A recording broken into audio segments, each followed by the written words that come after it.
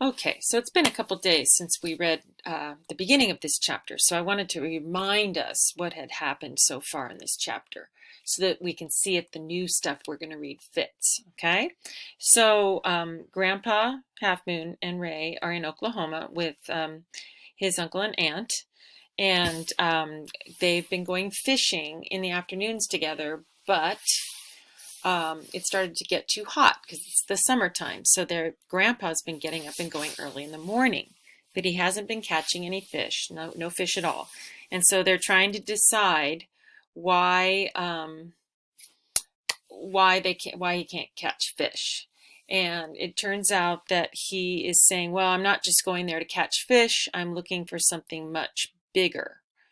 Okay, so Ray, right at the end, was trying to figure out what it was that Grandpa was trying to do or find early in the morning at the lake.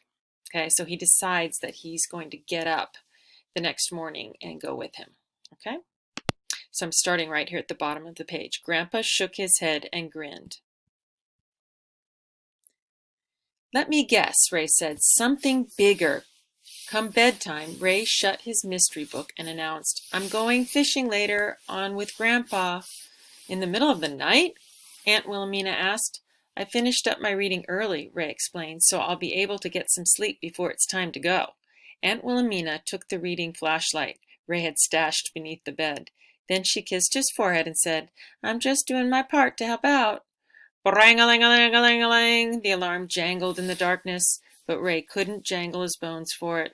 Sleep knitted his eyelids, and a Cherokee 7 clan quilt wrapped him cozy and safe. You comin', Sleepy Bones? Grandpa Half Moon called from the doorway. Too tired, Ray mumbled, breathing deeply to the hum of the air conditioner, promising himself tomorrow night would be different. Then the alarm jangled again, ring-a-ling-a-ling-a-ling-a-ling, and Ray's sleepy bones tossed on a pair of cutoffs and a powwow t-shirt. Curiosity had won out. Long before sunrise. Oh, what's he curious about? Oh, he wants to know what Grandpa's looking for. That's right. Long before sunrise, Grandpa and Ray sat side by side on the dock. Grandpa Half Moon wore his lucky hat. Ray lifted his lantern and peered out onto the lapping lake. He didn't see anything unusual. After a while, Grandpa handed Ray a fishing rod and cast his own line into the water. The shadow of a hawk crossed the moon, and Ray wondered what it might be like to sail in the skies. He still didn't see anything strange or different or even especially big, unless he counted the lake itself or the distant shadowy tree line. Bloop, bloop.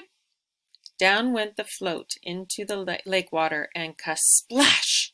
Up came a bass.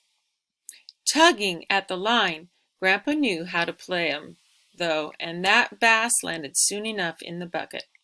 Ray couldn't wait to tell Uncle Leonard. Grandpa was fishing like he was the best in the county again.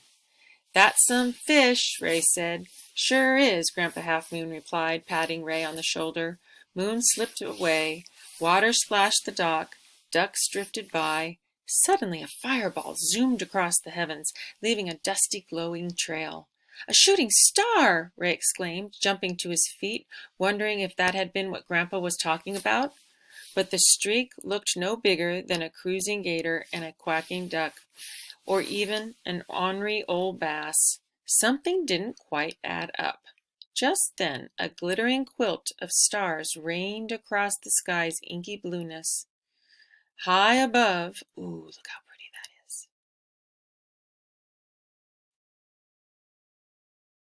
High above Grandpa Half Moon and Ray, a mirroring array of lights reflected off the lake's shiny blackness, lapping gently below the dock. Cool, Ray whispered. Grandpa grinned and rocked back on his boot heels. I used to take your daddy fishing like this, he said, back when he was your age. I can still feel him here now and again.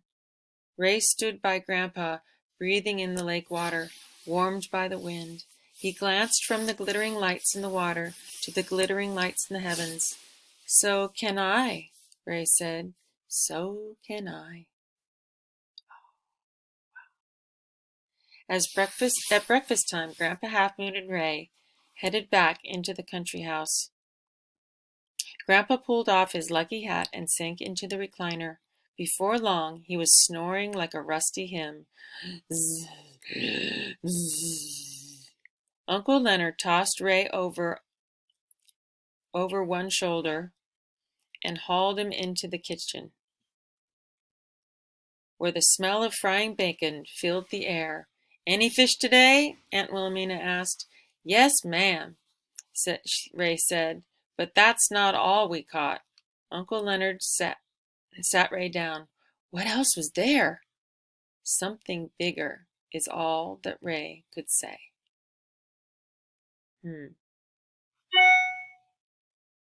So this is where he said, "So can I, so can I." Let me read that paragraph right there again. Right here, I'm going to read this again and see. Ray stood by Grandpa, breathing in the lake air. Oh, let's see. Let's start up here. Grandpa grinned and rocked back on his boot heels. "I used to take your daddy fishing like this," he said, "back when he was your age. I can still feel him here, now and again." Ray stood by Grandpa, breathing in the lake air. Warmed by the wind, he glanced from the glittering lights in the water to the glittering lights in the heavens. "So can I," Ray said. "So can I." So that's the something big. Is feeling the presence of Ray's dad there. Wow, that's big, huh? So I'm just going to sit with that for a second. Well, I hope you enjoyed this book as much as I did. Okay, boys and girls, I'm going to go ahead and stop this now.